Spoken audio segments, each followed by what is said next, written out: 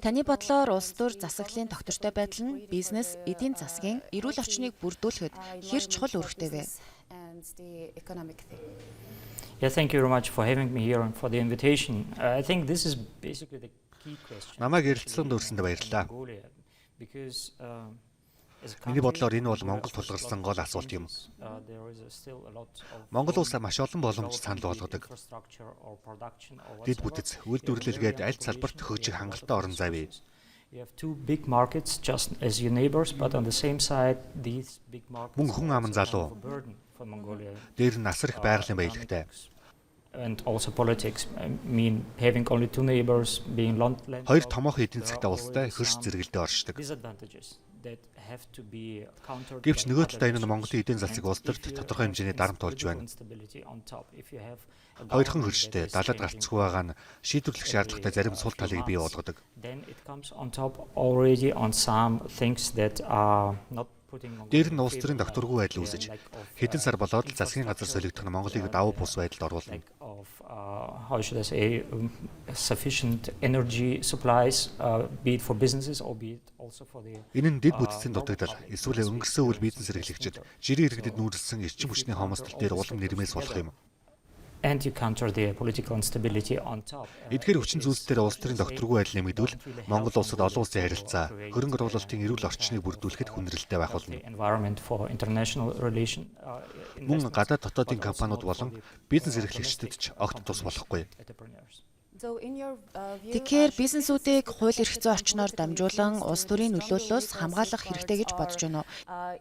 Эсвэл засаглалын тогтолцоог бүхэлдэн сайжруулах нь илүү чухал уу?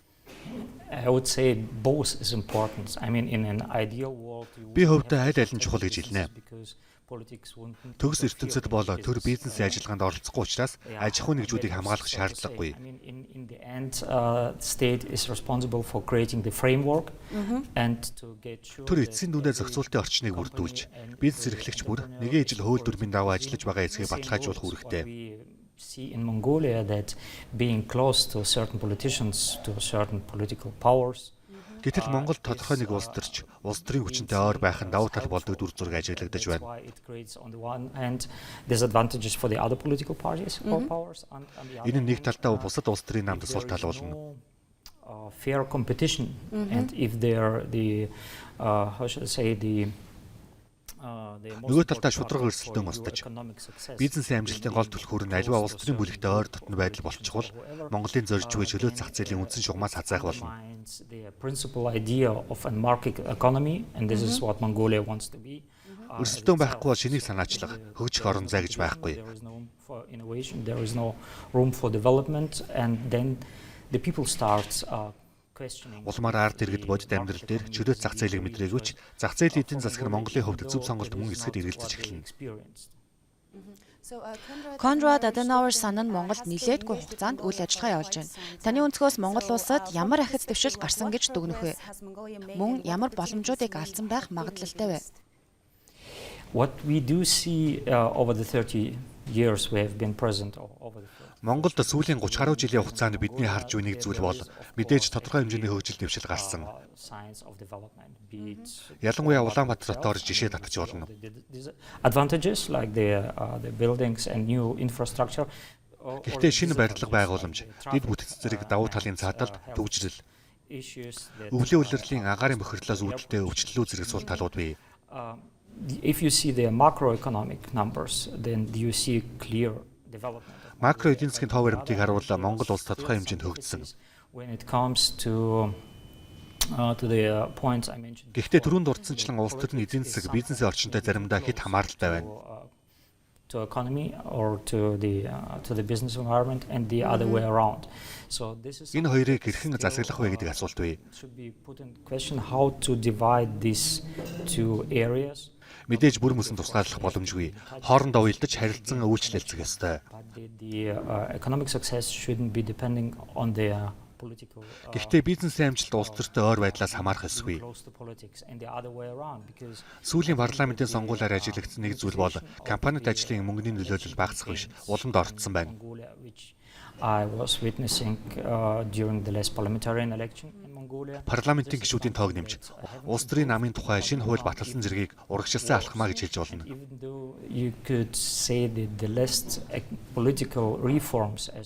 Гэхдээ мөнгөний нөлөөллийг бууруулах, сонгуулийн кампанид ажлын үеэр сурчлагын ажилтнуудад мөнгө төлөхийг зогсоох боломж байсан ч ашиглаагүй. Гэхдээ үүнийг өөрчлөхөд оройтойгүй гэдгийг дурдах нь зүйтэй. Influence of money and maybe stop to paying the Түрүүн хэлснээр улс төрийн орчныг тогтворжуулахын тулд намуудын дотоод бүтцээс гадна намуудын тогтолцоог зөвлөлдөх хэрэгтэй. Улс төр бодлогын өөрчлөлтүүд хөрөнгө оруулагчдын Монгол улсад итгэх итгэлд нь хэр их нөлөөтэй байна вэ? Бизнесийн орчныг илүү тогтвортой болгоход ямар шинжилэл хэрэгтэй гэж харж байна? As I already mentioned, it would be already good if there would be Хэн илүү их мэдэлтэй байх?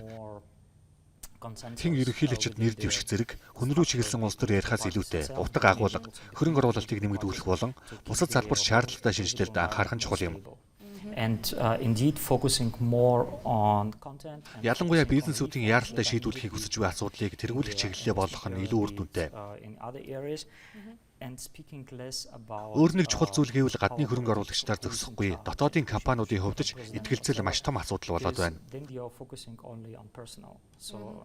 Сүүлийн жилүүдэд ялангуяа өнгөрсөн 18 сарын хугацаанд засгийн газар солигдсноор нэгэнт гарын үсэг зурсан гэрээг дахин хилцэх асуудал бизнес эрхлэгчдэд тулгарч байна. Би хэн нэгнийг нэр зохиож нэрлэхгүй ч миний ярьж байгааг бүгд ойлгох байх.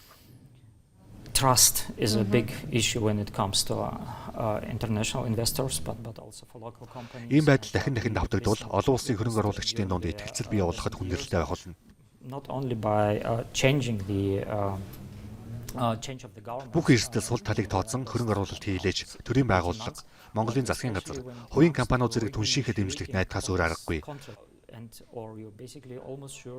Гэтэл гэрээнд гарын үсэг зурмагцаа тухайн гэрээг дахин хилцэх нь тодорхой болвол энэ нь итгэлцэл үүсгэж зөргөөр нөлөөлнө. Цаашид энэ байдлыг өөрчлөх хэрэгтэй. Таны ажигласнаар Монголын бизнесийн орчинд тулгарч байгаа шийдвэрлэх шаардлагатай байгаа засаглалтай холбоотой хамгийн том сорилтууд нь юу вэ? Yeah, well, I'm not a businessman, but what I hear from our contacts through our BIT international. Би бизнес эрхлэгч биш. Гэхдээ гадаад дотоодын компаниудаас сонсож байгаа нэг зүйл бол хэд их зохицуулалт.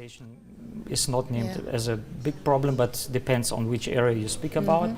It's overregulation, it's a lack of trust. Татварыг томоохон асуудал гэж нэрлэхгүй ч салбараас хамааран хэд их дүрм журам, итгэлцэл, урт хугацаанд төлөвлөх боломжгүй байдал зэрэг нь гол асуудал болж байна.